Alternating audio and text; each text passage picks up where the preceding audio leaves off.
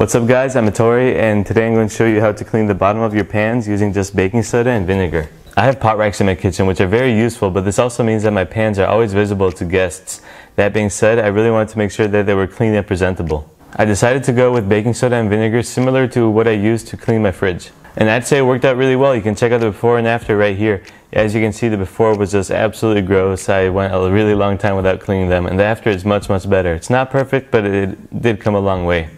So in this video, I'm going to show you how I took it from the before and turned it into the after using just baking soda, vinegar, and a little bit of elbow grease. However, there are a lot of other techniques out there, and I'm going to go over them at the end of this video, so make sure to watch till the end. So let's just start with materials. So obviously you will need your pan, some baking soda, some vinegar, a sponge, and also some steel wool and some gloves because you don't want to irritate your hands. Before we get started, I want to mention that it is very important that you keep your pan very level. A lot of people will do this in their sink, but I decided to do it on my table so that I could show you guys better. But try to keep your pan level because you don't want the vinegar and baking soda to spill off. So we're going to start off by pouring a little bit of baking soda up top, and then we're just going to spread it around nice and even. Then we're going to grab our vinegar and just make sure to start the reaction. Just make sure to pour a decent amount, try to get it all fizzly and whatnot. I didn't do any measuring in this because I just added as much as I could on my surface, and I added more vinegar as I saw fit. So after I saw that the reaction was going, I decided to just let it sit for a long time. This really helps get the grime out of the pan, so I wanted to make sure to give it enough time to make it work its magic before I dove in with my sponge and my steel wool. Now that we let the baking soda and vinegar react for a bit, it is time to go in and try to rub some of the grime off with our sponge and steel wool. So I'm just starting off by applying a lot of pressure into different regions.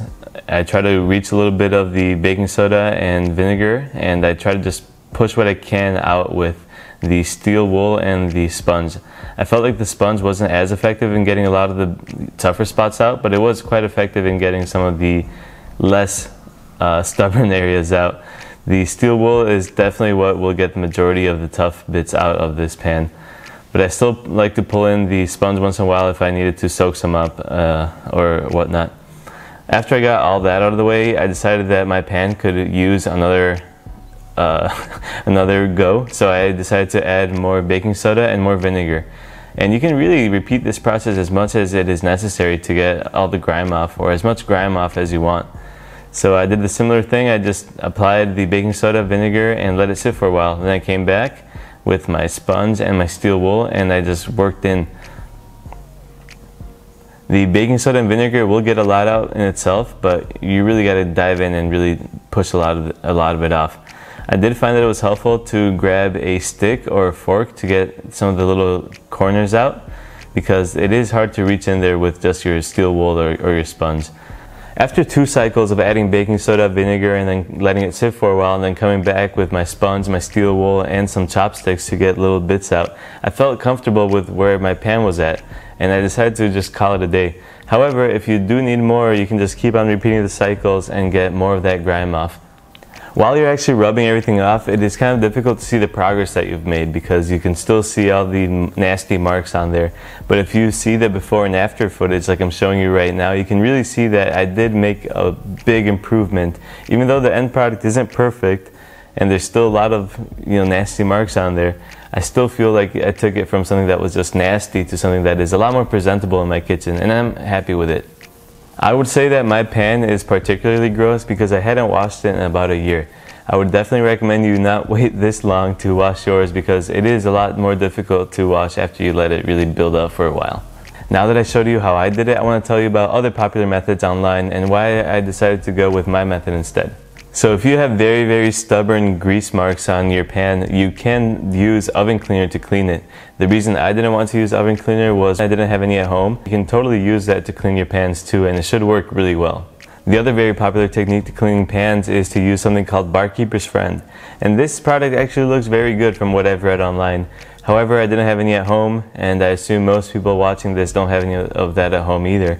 But if you do go to the store and you do see it and you know you have dirty pans at home, I would suggest picking some up because it does seem very effective and it seems inexpensive. But for the sake of this video, I really wanted to use something that most people should have at home. I feel like most people do have baking soda and vinegar at home, so you can do this. But if you do want to go to the store to get something to clean this with, I would totally recommend that you check out Barkeeper's Friend. Lastly, one final tip I would give you is that I would totally recommend that you do this inside your sink so you can easily rinse things off. I decided to go on the table because I wanted to be able to film more easily with better lighting.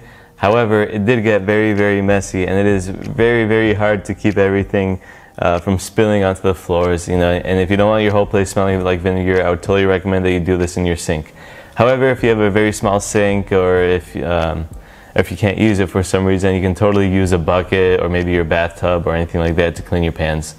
And that's about it. Thank you guys so much for watching. This video was inspired by the positive feedback that I got in my fridge cleaning video. If you haven't seen that yet, please check out the link in the description. I'll show you how I clean my fridge using just baking soda too. But I'm a big fan of using baking soda to clean things around the house. It is very non-toxic and very safe to use on your cooking utensils and your refrigerator and everything like that. So thank you for watching. If you like this video, please leave a like, especially if it helped you out. If you want to see more videos like this in the future, please consider subscribing because I do intend on making many more. See you guys.